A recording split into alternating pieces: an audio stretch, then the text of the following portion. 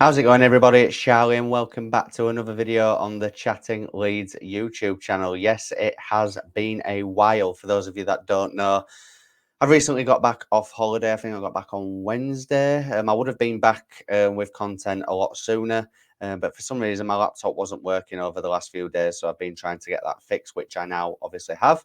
So that's why content is back this evening. We're here to talk about the retained list, which was published by the club yesterday.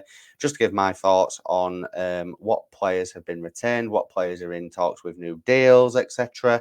Just before we get into it, though, please make sure you are smashing that like button. It really does help get the video out there to more people. Please subscribe to the channel if you are brand new and hit that notification bell. And of course, get all of your thoughts and opinions into the comment section down below. So yeah, like I say, the retained list, a lot of fans were obviously eagerly anticipating it to see what players were getting let go and what players will potentially be offered new deals. Sam Byram's obviously triggered a new one-year contract with the club due to him making a certain number of appearances last season, which has triggered that clause in his contract. Not too bothered, actually, about keeping Sam Byram. I'm actually quite happy about it. I think at this level, Sam Byram is a very good option to have. Yes, he's injury prone and can be a bit hit and miss, but again, I'm not saying that I want him to start games for the club because I don't. I think left back is an area that we definitely need to improve on, even if Junior Firpo does remain at the club. However, if you're having a look on the bench, if there's an injury or anything like that, I think Sam Byram's a very solid option to have at Championship level. So again, not too bothered about that. I was actually quite happy to see that. One that shocked me though is the fact that Cody Drame had been offered a new deal. Obviously now I've got the information as to why, but at the time I was thinking, what? Why is Cody Drame being offered a new deal? I mean, he made that appearance against Ipswich when he came on off the bench for Sam Byram, ironically. Gifted Ipswich a goal and then was hooked off at half-time straight away. So I thought that was the end of his Leeds United career under Daniel Farke anyway. But apparently, because he's under the age of 24, it means that I think legally or something, we have to offer him a new deal because if not, we would owe him compensation. I think it's something to do with like a development thing or something like that. So that's clearly the only reason why they've offered him a new deal. His future does not lie at Ellen Road. Whether he leaves permanently or on loan, he will leave the club this summer. His future definitely is not at Ellen Road, and I hope it isn't either, because a lot of people at one point in time wanted Cody Drame to be in the team, but whenever we've seen him play for Leeds United, he's just not been good enough, in my opinion. So not too bothered what happens with him as long as he doesn't remain at the club. Now, these are the things that, for me, could potentially be a mistake. Jamie Shackleton apparently is in talks over a new deal at the club, which I just do not understand whatsoever. I think it's pointless. The guy's not going to play. He isn't good enough. I've never been a fan of him. I've always thought, look, I know he's a Leeds lad and he's come up through the academy and etc. And I understand all that, but the fact is that he isn't good enough. Whenever we've seen him play, he's just simply not good enough, guys. And like I said about Byram, if you're looking on the bench for someone to come on and influence a game, whether it's at right back, left back, or in midfield, wherever he plays, you're not looking at Shackleton and thinking, yeah, he can come on and do something. You're just not. And I'm sorry, I will die on that hill. You're not looking at Jamie Shackleton thinking, yeah, he can come on and change the game, because he can't. Because he can't. And Liam Cooper as well apparently is in talks over a new deal, which again absolutely baffles me. I firmly do believe that if Leeds had won the playoff final and got promoted, that he would have been released because he's definitely not good enough for the Premier League. The only reason for me as to why he's being kept on is because he's probably a great guy and a great character to have in and around the dressing room. Obviously, he's the club captain, he's a leader. I get all of that. But if we're talking football in terms, guys, the guy is not good enough. He's not at it. Whenever he plays, the whole fan base goes into meltdown. Been an unbelievable servant for the club.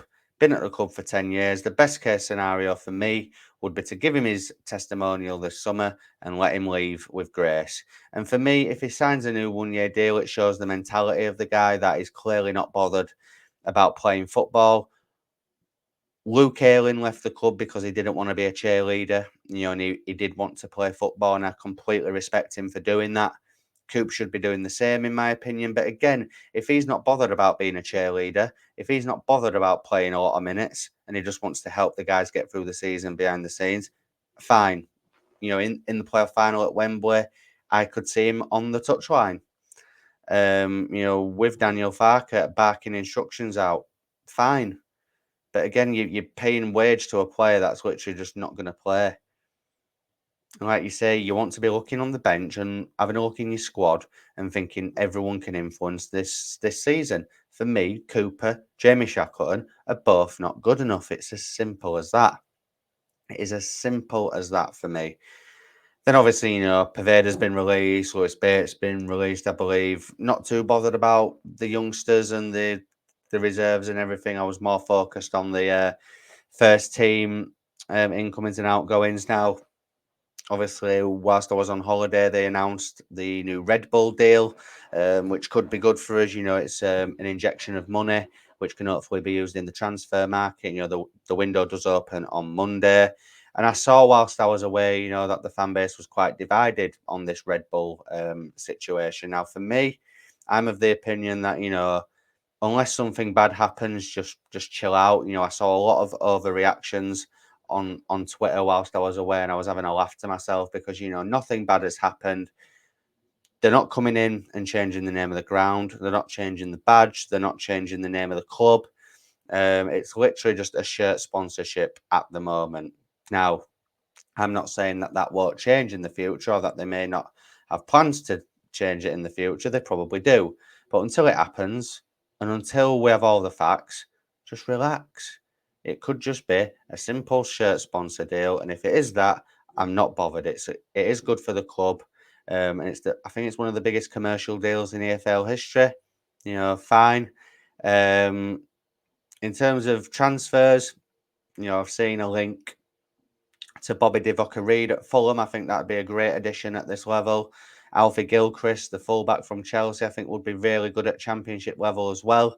As fullback is an area that we need to improve in. In terms of outgoings, Ilya Gruev, I saw whilst I was on holiday that Borussia Dortmund are interested in him and that we've actually rejected bids from Premier League clubs for him, which did shock me as to, Premier League teams being interested in him, as I think he had patches during the season when he was really good, but not good enough for me to, go to a decent Premier League club. Maybe if we'd have got promoted, we'd have kept him and, implemented him in the Premier League. But I just thought it was quite bizarre that there were Premier League clubs interested in him, in all honesty. And obviously, there's Somerville, who's getting a lot of interest at the minute, understandably, Championship Player of the Season, although didn't play like it in the last few games of the season. But anyhow, Liverpool, Chelsea, Crystal Palace. I think Palace would make more sense for him if he is to go, especially if they sell Elise as well. I think Chelsea and Liverpool, I just don't think he'd get a game and it'd be pointless for him.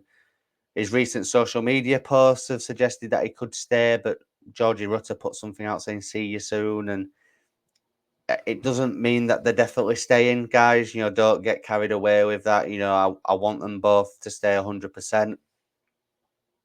Archie Gray, Parag Marate wouldn't even comment on his situation, which is smart, because he can't come out and say, yeah, he's definitely staying. And then if a bid comes in, let him go, because it's a little bit two-faced. But look, I wouldn't worry too much. There is going to be change in this summer, whether it's players out, players in. There is going to be change. And if we lose Somerville, don't panic. I've got every confidence that, we will attack this season in a better way.